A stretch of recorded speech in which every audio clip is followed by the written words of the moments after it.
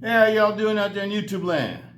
This Stiletto coming at you from the Wild Wild... Oh, Stiletto and Jenna coming at you from the Wild Wild West. She just joined us. And that's my girl. Got a little clot right... Got a little clump of fur right there. That's my sweetie. That's my sweetie. What you up to? You were over there laying down by the window over there. The sliding glass door. I saw you. Mm-hmm. You heard Grandpa in here making videos, huh? You want to come be in the video. I know you want to come be in the video. But anyway, what our discussion is going to be about today, this is just a discussion video. It's going to be about the new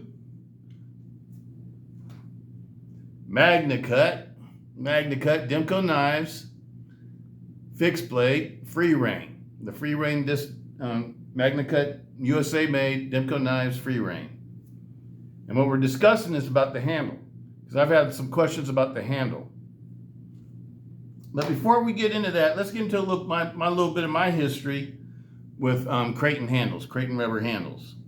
And Jenna, it's time for you to get down, sweetie. It's time for you to get down. Mm-hmm. Oh, you don't want to get down. Mm-hmm. I'm going to get you. I'm going to get you. I'm going to get you. I'm going to get you. That's my sweet. All right. Time to get down, kiddo. All right. And my experience with Kraton handles is that I really love Kraton handles. These are all knives that I have carried in the past for self-defense purposes, and they all have Kraton handles. Why do I like Kraton handles for self-defense knives? They got the best grip. Because you could have a really thin and slim handle and still have an awesome grip on it with a Kraton handle. Whereas if it was made out of any other material, let's say G10, even micarta, or aluminum, or any other kind of thing like, I don't know, like wood or bone or any of the classic things that they were used, you don't have the same grip. And unfortunately, though, you know, that the Kraton handles seems like they're always the type of handles that they have always put on less expensive knives in the past, at least with cold steel. And to me, they're some of my favorite handles. Because a lot of the other handles are too smooth, and I don't know, you just don't have the same type of grip, or you have to have a big bulky handle to have a good grip. And for knives that I would carry for self-defense, I call these urban self-defense knives. They're not like for survival out in the wilderness or anything like that. These are from back in my motorcycle days when I used to ride with clubs and stuff, and I used to feel like I need to have something like that sometimes. And these knives conceal better than let's say a big Becker BK9 or BK7 or even an SE6 or even an SE4, and or you know any of the other knives I have, like the Magnum series knives and the and what else? The Magnum series knives conceal pretty well too, but the handles are a little bit more flashy, and they do get seen, that they stand out, and they're not my first choice for a self-defense knife. I love the way they're my first choice for collectors, but you know, because I love the steels that they're made out with, the Samurai steel and all that kind of stuff, and I like the way the handles are made. They're made to be a little bit fancier. I know there's a Lindsay Thompson babies, but to me, the best self-defense knives are usually ones that, if they get destroyed or confiscated, it's not a major loss, number one. And number two, they have to be flat. They have to be concealable. You don't want big, bulgy knives, and you don't want things that are heavy if you're going to be carrying them all day, like on a motorcycle run or something. You don't want something big and heavy. You want something that's fairly lightweight and doesn't attract any attention, that can be hidden very well, and everything like that. And that's the category that these knives fell into. All right. Well, let me talk about the knives. Let me show people the knives that I had from the old days. These two right here are Japanese. They're the original Oyabuns, and this one right here is one of the original Kobuns. But it doesn't have. I don't carry it in the original sheath because I don't like the original sheath all that much. This is like the second generation of sheath, which I think was made either in Taiwan. I think this one originally held a Taiwan knife. That's one of the old Kobun knives. This sheath right here is one of the new sheaths. But I really like it because it's really good for, you know, carrying in your front right pocket or even in a boot. I don't really carry things in the boot. Sometimes I used to back in the day if I want to have like a backup blade or whatever when I was wearing motorcycle boots. A lot of times I don't wear motorcycle boots when I ride bikes. I would just carry this one in my front right pocket. Just like, you know, like a folder, you know, carry it with a clip and just wear long shirts and jackets that, you know, hung over it so you couldn't tell I was carrying it. This one used to get carried scout carry in the front, not, you know, horizontal carry in the front, not in the back. And this one I used to carry scout carry in the back. Didn't really carry it that much because I decided it was too big and the handle would stick out, and so people would notice it and stuff. So I didn't carry it all that much, and it basically turned into like my house protection knife. You know, big knives are cool and stuff like that, but they're just harder to conceal. That, you know, that's the only problem I have with big knives. And this is another knife I used to just carry on my hip. This is my Recon. This is a Samurai knife. This is one that I used to carry. I bought one to collect and one to carry. This is the one that got carried. I carried a lot. And let's just talk about them. Let me show them to you guys. This one has a 9.5 inch blade. I'm not sure.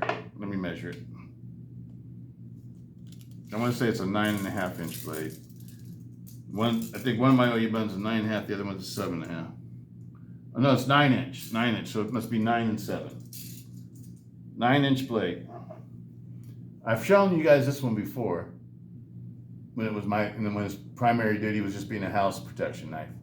That sort of got taken over by the 4034 Warcrafts that I have, the 2 Warcrafts. That one sort of took this one's place, and this one went into the safe. I've had it for a very long time. It's been carried a lot, used a lot. It's been totally repolished the entire blade. It's got some scars on it. Excellent knife. This is an Oz 8. Now let's leave the knives up, put the sheaths away. This one right here, I know I've told you guys about lubing your snaps, and this is the reason why, because I broke the snap on this one. This has a leather sheath. This is made in Japan. And this is a 7 inch. It must be a 7 inch, not a 7.5 inch. Let me measure it real quick. No, 7.5 inches. 7.5 inches. Good combat size blade. And this one I really like because it's lightweight. I should probably get another sheath made for it because I've forgotten how much I like it. And take it back out and put it back in service again. But this is a Japanese model, Oyabun. They don't make these anymore. I wish they would. They make the Kobun, but they don't make the Oyabun. The Oyabun, I think, meant big boss or something like that, like a Yakuza big boss. And the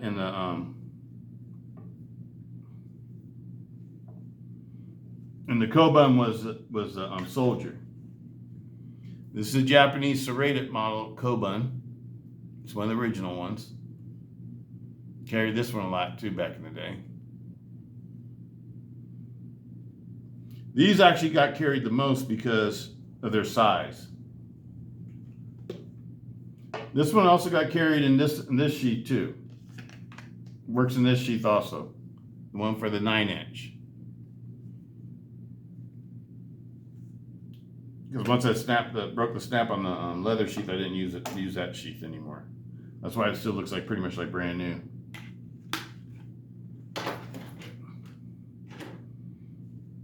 This is another one of my Kobuns. This is a plain edge. This is a Taiwan knife. Oz 8. These 3 are all Oz 8s.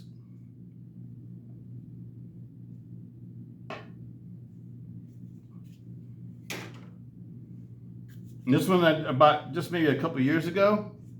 I think I bought this when Cold Steel got sold out to GSM, and I got this in a outdoorsman light. This is a Tonto light in 4116 German corrupt steel. I really like this knife too. It's like a copy of the so like a lightweight version of the Master Tonto. You can tell by the way the handle's made.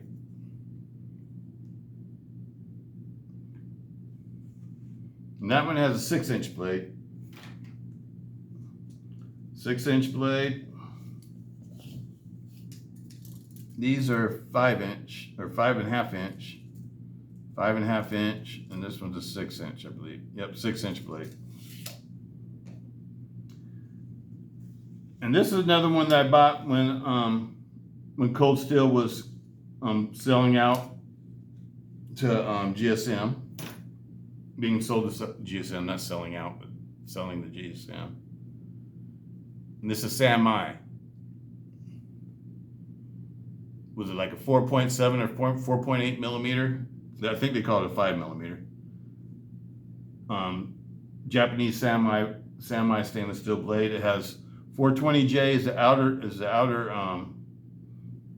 outer slabs of steel, and the inner slab of steel is the whole edge holding side of steel is VG10. So it's VG10 Samurai.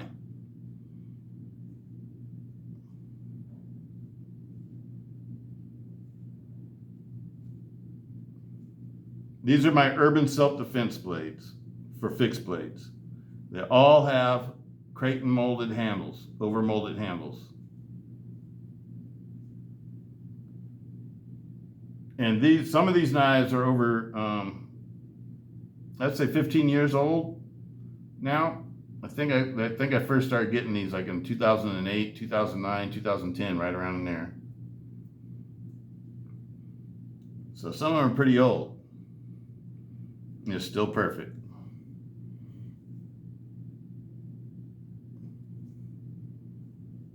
This was my big house blade for a long time.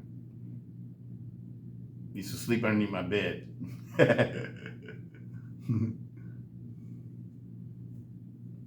This one is a very awesome size for being a fighter because it's super lightweight. Let's weigh these out and see how much they weigh. Let's check out the thicknesses first. Let's check out the thicknesses.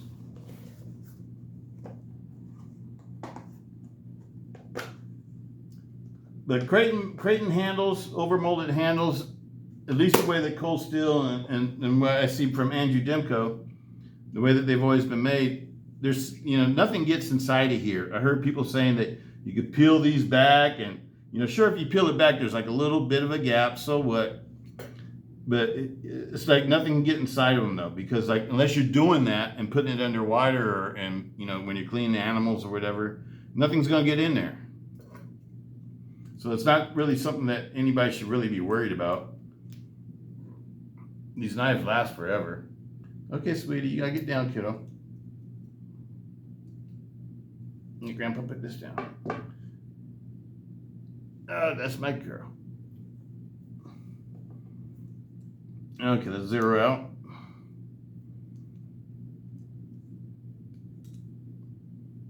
This one's 4.7 millimeters. 4.7 millimeters.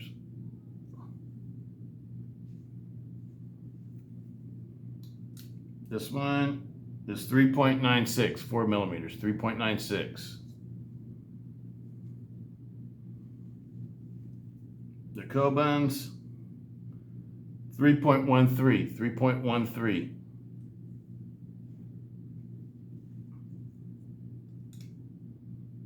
And this one's 3.23. This is a Taiwanese Koban.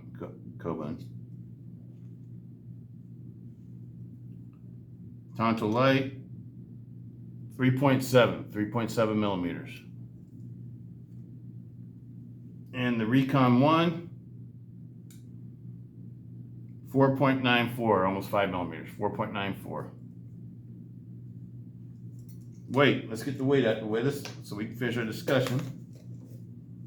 I know a lot of people like to know all the specs on these things.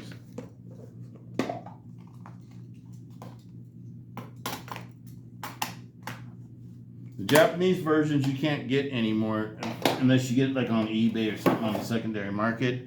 And even then I would be very leery about it because these were ones that were, after they were out for a while, they were very popular at the time, and there was counterfeits. None of mine are counterfeits. Mine are all the original ones. I bought them all brand new. Okay, oil bun, the big oil bun, the 9-inch oil bun. 9.7 ounces. 9.7 ounces for this one. The one I think is a perfect fighting size because of the weight. It feels really light. 7.7 ounces. 7.7 ounces. That's one with the 7.5 inch blade. Kobun with the 5.5 inch blade. 4.5 ounces. 4.5 ounces, people. Take it down, sweetie. 4.5 ounces. That's the Japanese Kobun with the serrated blade. The Taiwanese one with the plain edge blades, 4.5 ounces. The Tonto Light. It's sort of like the light version of the Master Tonto. 6.7 ounces. 6.7 ounces.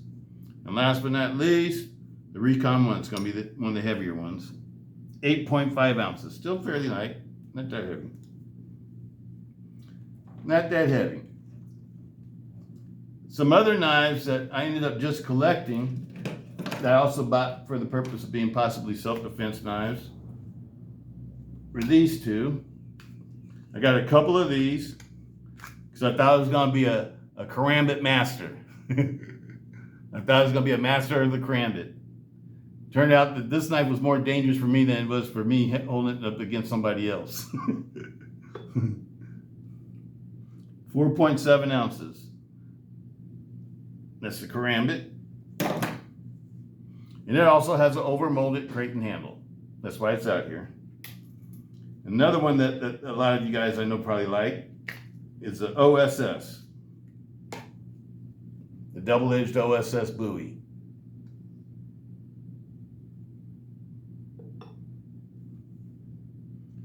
.6 ounces. And this one was a Taiwan knife. I want to say that this one might be 420. It might be 420 because this was one of the first OSSs, I think, before they even had Oz 8 stainless steel in them. Feels really good in hand though. But the reason why this one didn't get carried that much because the president of my old club, he told me that double-edged knives were against the law in California. I didn't know that at that time. And so I stopped carrying it. And I just carried my Tontos. These are all over-molded handles. These have all been carried. I love them all. I'm not a karambit person, but I thought it was going to be. That's when I got I got the Tiger Claw first, and then I got the folding version of it. The folding version of that one I actually carried a lot because it worked good with gym clothes. And I didn't have to, and I found out that, that like this one, you really have to use the ring. And I sort of don't like putting my finger in here where the ring is because it looks like a good way, to get your finger broken or something in combat. And, sometimes I think it's better to let go of the knife and lose the knife in combat than it is to have something that's going to be able to be grabbed and be twisted and hurt you. But, I'm not a karambit master. I'm not Doug Makita. I'm sure he knows how to use one properly and stuff like that. I don't. I tried because from watching his videos, he's the one that turned me on to these and made me want to get them. And I tried and I just couldn't get good at it. I even bought trainers and stuff like that so I wouldn't hurt myself because I kept stabbing myself in the arm. See, I don't know if you guys can see these little cut marks. It's from this thing. I got stabbed several times. But this is a new one. And if you guys could see, I don't know if you guys can see this really good. I want you to look right around in here and tell me if you see gaps.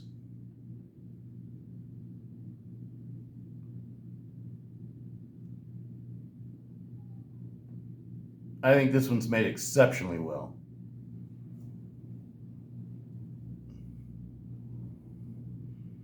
This is a very tight, it's not glued on here or anything like that. And I think it's fairly waterproof because water's not going to get inside this handle. You'd have to pull it. You have to literally pull it like this and then pour water down inside of it. But are you going to do that? Because if you're doing that, then you're probably trying to destroy your knife. I watched a video on the person that was complaining about this, and that's basically what he did. He pulled it like this and said, look what happens when you do this. Well, yeah, you know what I mean? Any handle, any fixed blade knife handle, well, let's weigh this one too real quick. I think we know what this one weighs. It's like, what is it, 6.9? Yep, 6.9 ounces. Any knife, you know, you can make a flaw in it. You know what I mean? But that's not really a flaw. Look at that. See? And Cole still had a lot of experience in making Kraton handled knives, and I'm sure Andrew Demko benefited from that, and that's why he decided to go with the Kraton handle. I bet you he thinks the Kraton handled knives, just like I do, have an awesome grip. And they're very durable. If you drop them, they don't get broken or scarred up. You know what I mean? They can handle abuse, whereas lots of other materials can't.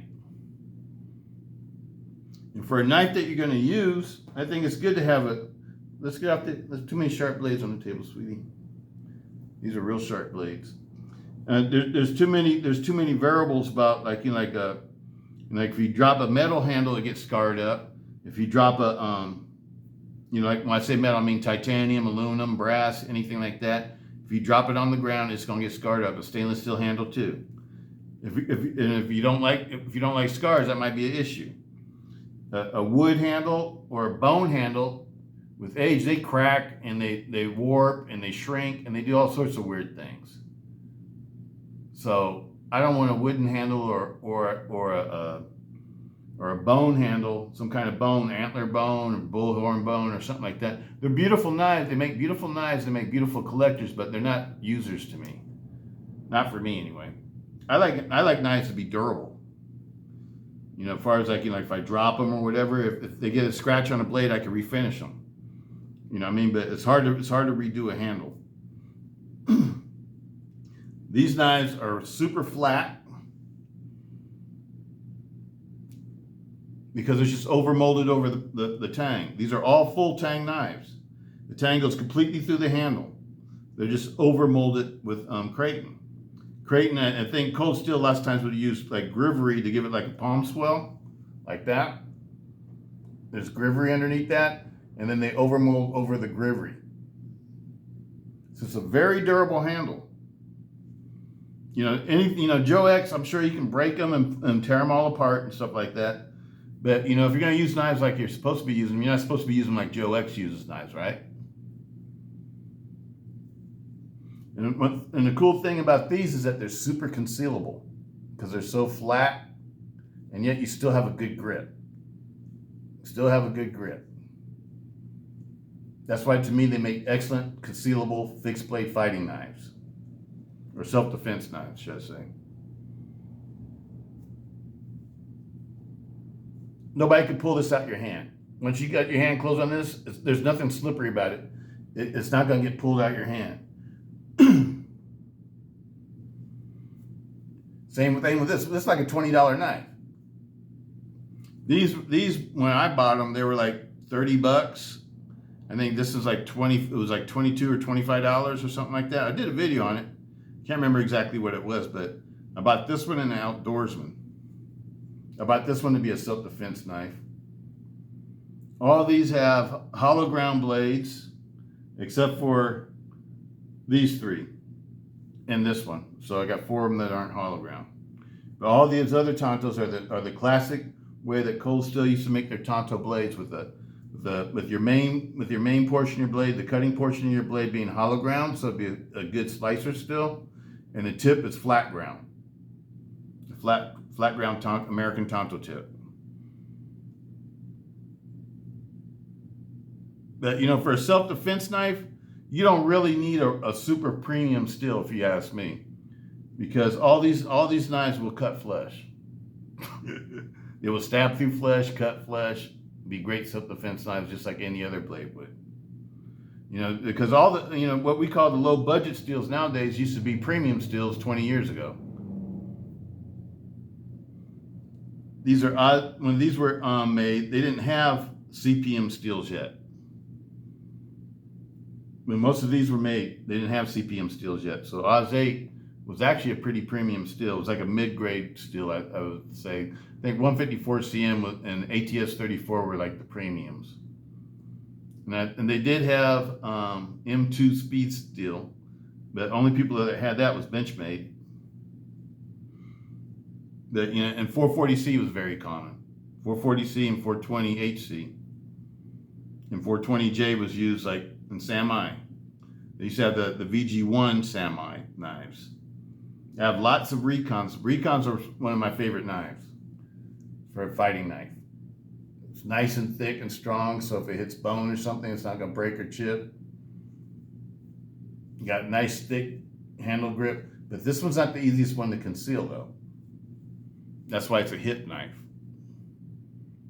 They use a hip sheath on it. Let me see which sheath. Right here. This is the sheath I use for this one.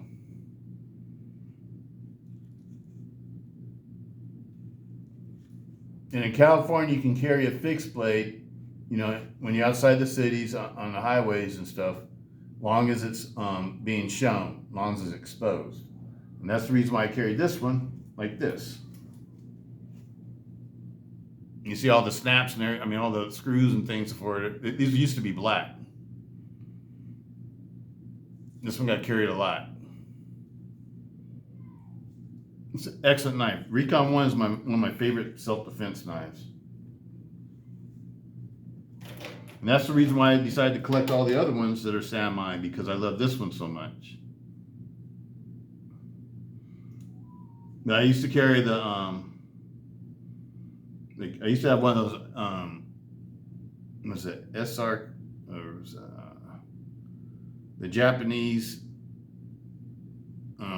steel that was equivalent to like 1080 steel or 1085 steel.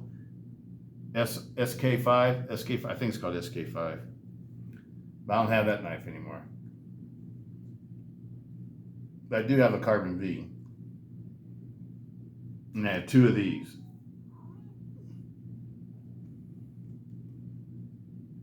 But this was one of my favorite ones too. But all I want to say is that these Kraton overmolded handles, they're awesome. Don't let somebody tell you that's a bad handle. It's a great handle. And I love that Andrew Demko decided to use this material for this handle. I love G10, don't get me wrong. I love G10, I love micarta and stuff like that. But nothing feels really more comfortable in your hand to me than the rubber handle, the Kraton rubber handle. I know it's not as glamorous, it's not as pretty as, let's say, a G10 or a micarta handle would be, with, you know, bolted onto the handle where you could take it off and on and all that kind of stuff. But, you know, for a real user knife, this is just fine. And Kraton feels good to me in all kind of conditions. You know, I don't live in a cold area, so I can't comment on what it's like in a cold area. But where I live, you know, it was fairly warm all the time, you know, compared to like the rest of the world.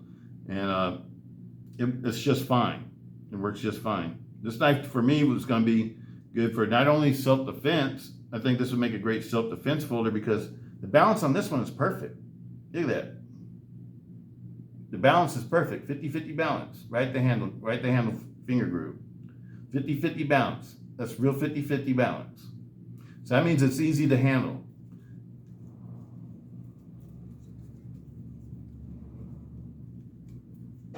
Awesome blade. Awesome blade. In all grips too. Feels good in all grips. If you're ever stabbing into something, always go to use a hammer grip. I mean, a reverse hammer grip with the thumb over the top of the pommel of the handle. So your hand will never slide.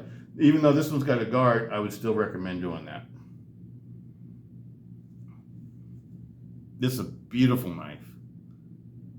I think you know, it does everything. You know, as you can see, I've always carried Tontos. Y'all know I love Tontos. Matter of fact, I even got one on me today. That's my 80-10 Tonto, my favorite. And something about this, something I learned about this one too. Let me see if I can do it here for y'all. You can close it with one hand and open it. Takes a lot of finger strength though, you know, but you can do it. I absolutely love this knife. I think this is one of my favorites that I've ever received. That's like Andrew Demko / Cold Steel. Because most of the triad folders that you get are either made. A few of them were made by Mike Wallace, but all the rest of them pretty much are made by Andrew Demko. Mike Wallace came into the game with Cold Steel towards the end of Cold Steel, not the beginning. I think Mike Wallace is working with Andrew Demko now, if I'm not mistaken. I think he's working with Demko Knives. I think he still has his own private custom shop, but I think he does a lot of collaborations and things with Andrew Demko too. I'm pretty sure they probably became friends. But to me, this is an awesome knife. My only gripe about it is I wish it had a 4-inch blade. I don't want it to be a 5-inch or a 6-inch or 7-inch. I mean, it'd be great if it was, but I wouldn't carry it that much then because that's not legal to carry where I live. But I can carry a 4-inch blade, so I wish this was a 4-inch blade. That's the only thing that I would want different on this one. I love the shape of the Tonto.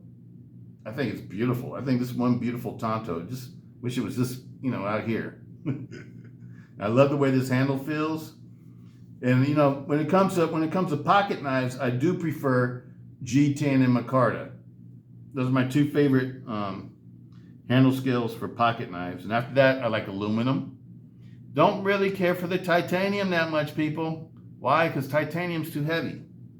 When you put titanium scales on something, I love the way titanium looks and all that kind of stuff. I like that's elite material and all that kind of stuff. But also it does is make a knife real heavy. It's almost as bad as putting stainless steel out for handle scales. Stainless steel handle scales always make a knife weigh a ton, even though it's a small knife. I like this one with the G10 and the aluminum liners, 6061 heat treated aluminum liners and back spacer. I love the way that this knife is made. And it feels really good in your hand, and it's super easy to use. This is probably the easiest to use. I would say the easiest to use triad folder that I own. I can't do this with any of my other triad folders. I can't do that with any of my other triad folders. The lock tension on this one on the lock bar is just right. Now it's not easy to do that. Don't think it's easy to do that. It takes a little bit of practice and you have to have strong fingers. But, you know, I've been handling these things forever. But this is an awesome knife. If you ask me, I think that one's an awesome knife. But just like all these are awesome. And all these knives, when they first came out, they were all like, I think the most expensive one was probably like this one at about 70 or 80 bucks. Then this one was like 70. I think these are still like 60 or 70, 80 bucks, somewhere around in there. And this one was like 50 or 60 bucks, and all these were under, except the most expensive one was this one. But I didn't have this one back in those days. I got that one when Cold Steel closed. But I still carry it a lot. If I go on long trips, lots of times I'll carry it as a hip knife because it's legal to do that for a long trip. But I absolutely love the Sanmai. Sanmai steel is awesome because you get the strength of the 420J for the outer layers and the rust resistance. 420J, they used to use that for deep sea knives too, for diving knives. So it's super rust resistant.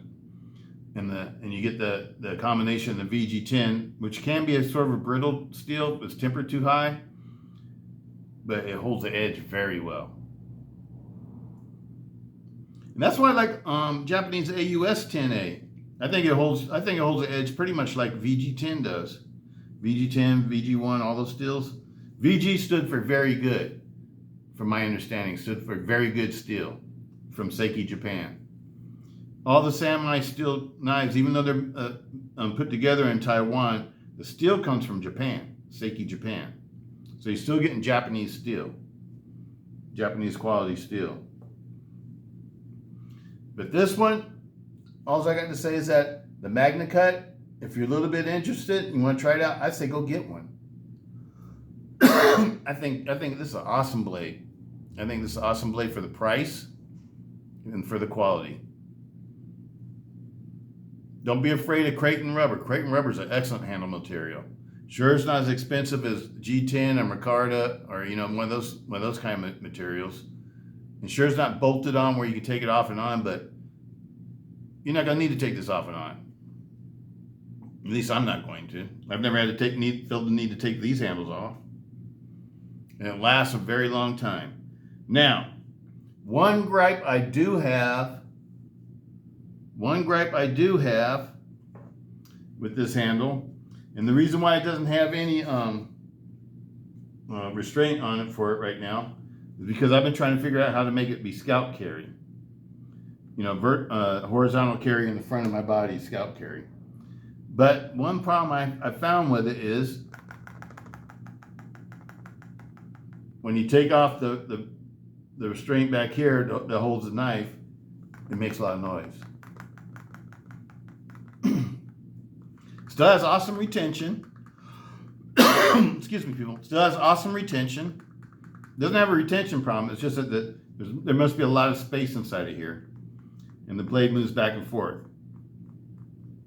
So, even though I love this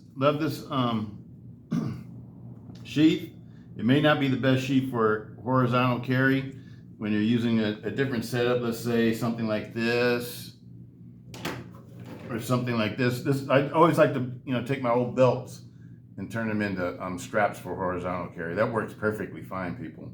You just can't take it off. You have to take off your belt to take it off. But if you're not going to be taking off your belt, it works perfectly fine. But I think I'm just going to have to carry this one vertically on my let it be a hip knife because I don't like all the noise. So Andrew, I don't know if you see this video. That might be something you want to take in consideration and try to figure out how to tighten it up a little bit. But the retention on it is perfect. You're not going to lose your knife or anything like that. I know I told you all I was going to try to figure out how to horizontal carry this one, but it's not going to really work like that. Thing has to be carried vertical if you want to use this sheath anyway. And I want to use this sheath because I like it. It just doesn't work out as a horizontal carry sheet. All right, people. That's about it for these. I think I said everything I needed to say or wanted to say. Hope that any of you that had any questions about these knives, I hope I sort of answered your questions. Because I know I was getting a lot of questions about, is there like a gap or whatever? It's not any more than any of these old knives. It's about the same. Because rubber, you can pull it back unless it's glued to the blade tang. And I don't think you need to glue it to the blade tang. And nothing's gonna get in there. So this one has a Grivix handle, so a Grivix guard, so you can't pull it back.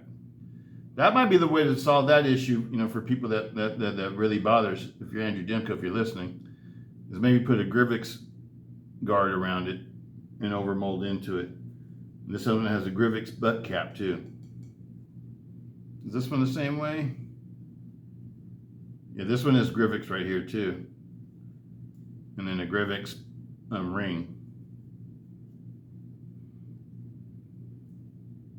All these others are made just like this one. So where I can pull it back a little bit and you can see a little bit of gap. But you have to pull it back. There's not a gap when you don't pull it back. See how there's no gap right there? Now watch when I pull it back. You get a little bit of gap. No gap right there. Pull it back. You can see a little bit of gap.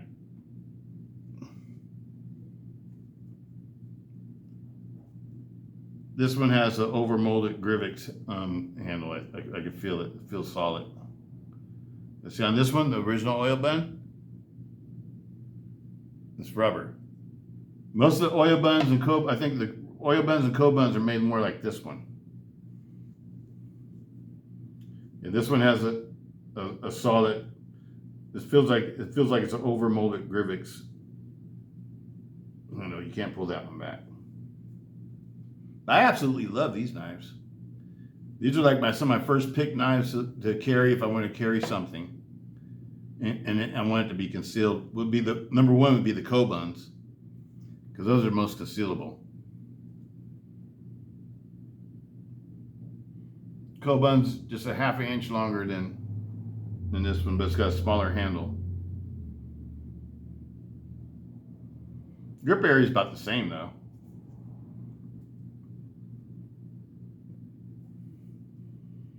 But nothing beats one of these for a concealed fixed blade.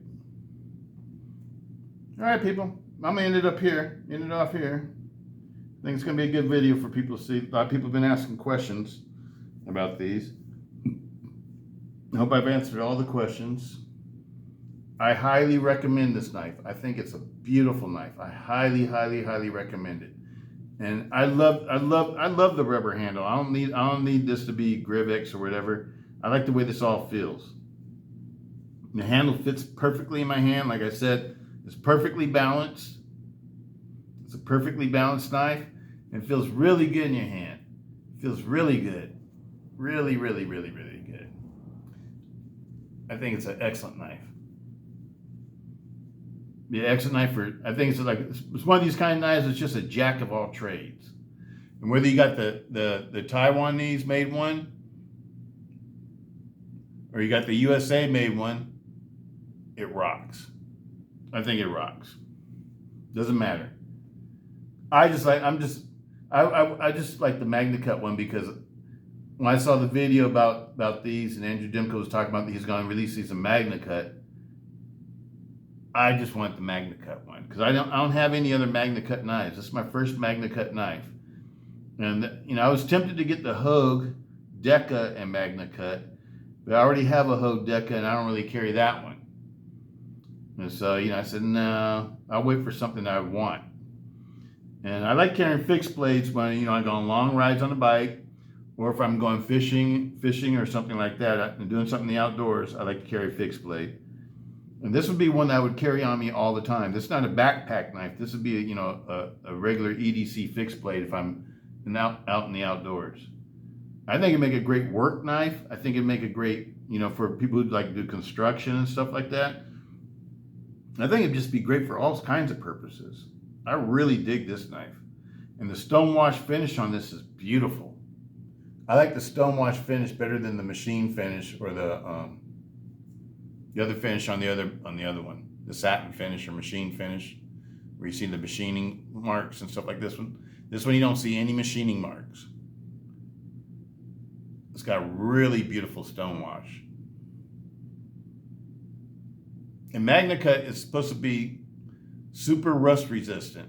So, worrying about that little, if you pull this back on, I think that's nothing to worry about. Excellent knife, people. All right. That's about it. Anything you want to say, Juno? What you doing over there? All right, people. Peace out. Stiletto.